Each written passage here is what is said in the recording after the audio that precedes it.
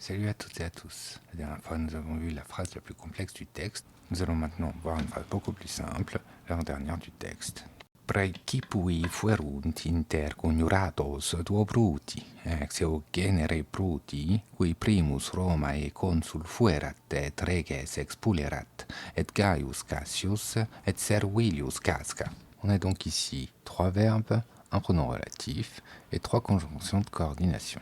On peut donc découper la phrase de la manière suivante, avec la principale entrecoupée de la relative, et donc remettre en une seule pièce la principale, puis la traduire. Praecipui fuerunt inter coniuratos duo bruti et Gaius Cassius et Servilius Casca. Le vocabulaire nous donne praecipus, principal, essentiel, sum, est, fui, être, comme on a pu le voir notamment dans la construction des participes passés. Inter, préposition plus accusatif, parmi, entre. Coniurati, orum, conjuré. Duo, ae, o, pluriel, de. Brutus, i, masculin. Brutus. C, qui note l'abréviation du prénom Gaius, ou Caius en français. Gaius, donc Cassius, i, masculin. Cassius.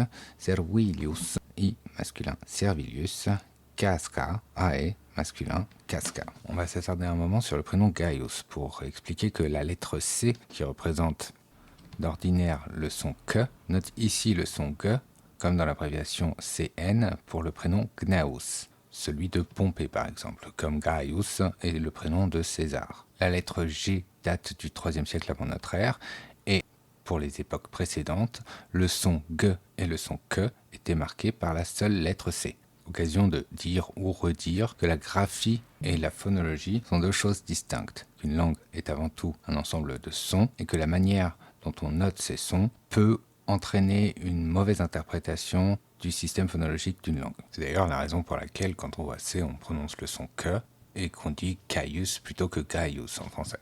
La traduction nous donne donc principal être parmi conjurés de Brutus et Gaius Cassius et Servilius Casca. Même si j'ai dit qu'en français on disait Caius, je préfère dire Gaius. L'analyse nous donne praecipui, nominatif masculin pluriel, fuerunt, P6, indicatif parfait actif, coniuratos, accusatif pluriel, duo, nominatif masculin pluriel, qui va avec bruti, nominatif pluriel, et tout le reste, Gaius, Cassius, Servilius et Casca sont un nominatif et forment donc avec praecipui le groupe sujet de la phrase. Principaux furent parmi conjurés de Brutus et Gaius Cassius et Servilius Casca.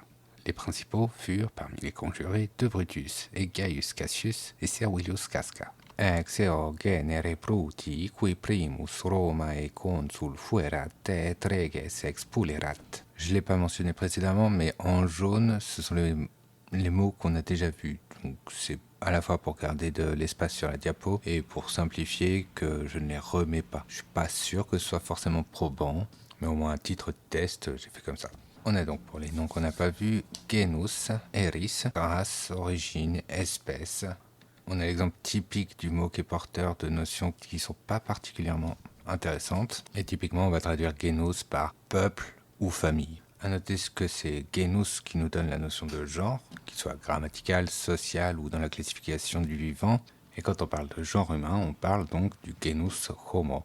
Homo, qui vient aussi du latin et signifie homme, humain, et surtout homme dans le sens humain, à distinguer de vir, qui veut dire homme dans le sens masculin, et ne pas confondre avec son homophone, homo, comme dans homophone justement, qui lui vient du grec homos, qui signifie semblable, pareil à.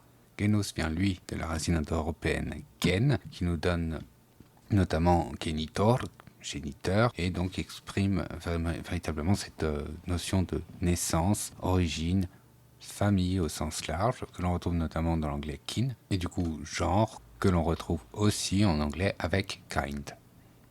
Ensuite, on a donc primus, premier, consul, is, masculin, consul, rex, regis, masculin, roi, expello, sere, puli, pulsum, chasser.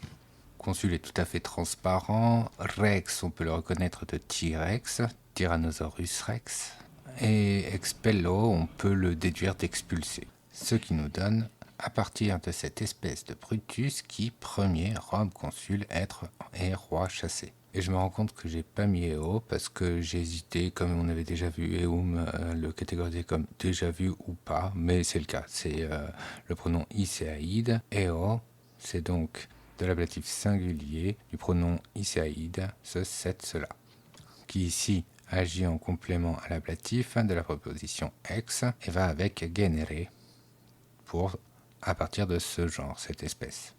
Pour l'analyse, comme je viens de l'évoquer, on a genere ablatif singulier, primus, nominatif masculin singulier, consul, nominatif singulier, reges, accusatif pluriel, expulerat, P3 singulier, indicatif plus que parfait actif. Fuerat est toujours le verbe être qu'on a vu à la précise parfait dans la proposition précédente et qui est ici à l'indicatif plus que parfait. Ce qui nous fait, à partir de cette espèce de Brutus qui, le premier de Rome consul avait été et les rois avaient chassé, ou en un peu mieux, de cette famille de Brutus qui avait été le premier consul de Rome et avait chassé les rois. On remet la phrase dans son ordre d'origine. Et revenu à notre texte, on a déjà traduit « César, les guerres civiles ayant été réglées sur la terre tout entière, revint à Rome. Il commença à agir plus insolemment et contre l'habitude de la liberté romaine. Comme donc, à la fois il fournissait les honneurs qui auparavant étaient accordés par le peuple à partir de sa volonté, ou selon son bon vouloir, ne se levait pas pour le Sénat venant vers lui et faisait d'autres choses royales et presque tyranniques, une conjuration a été faite contre lui par 60 ou plus sénateurs et chevaliers romains. Les principaux furent parmi les conjurés de Brutus, issus de cette famille de Brutus qui avait été le premier consul de Rome et avait chassé les rois et Gaius Cassius et Servilius Casca. Voilà qui conclut cette vidéo. Il ne restera plus qu'une phrase à traduire et on en aura fini avec ce texte avant de faire je ne sais absolument pas quoi. Mais je finirai bien par trouver. Allez, salut!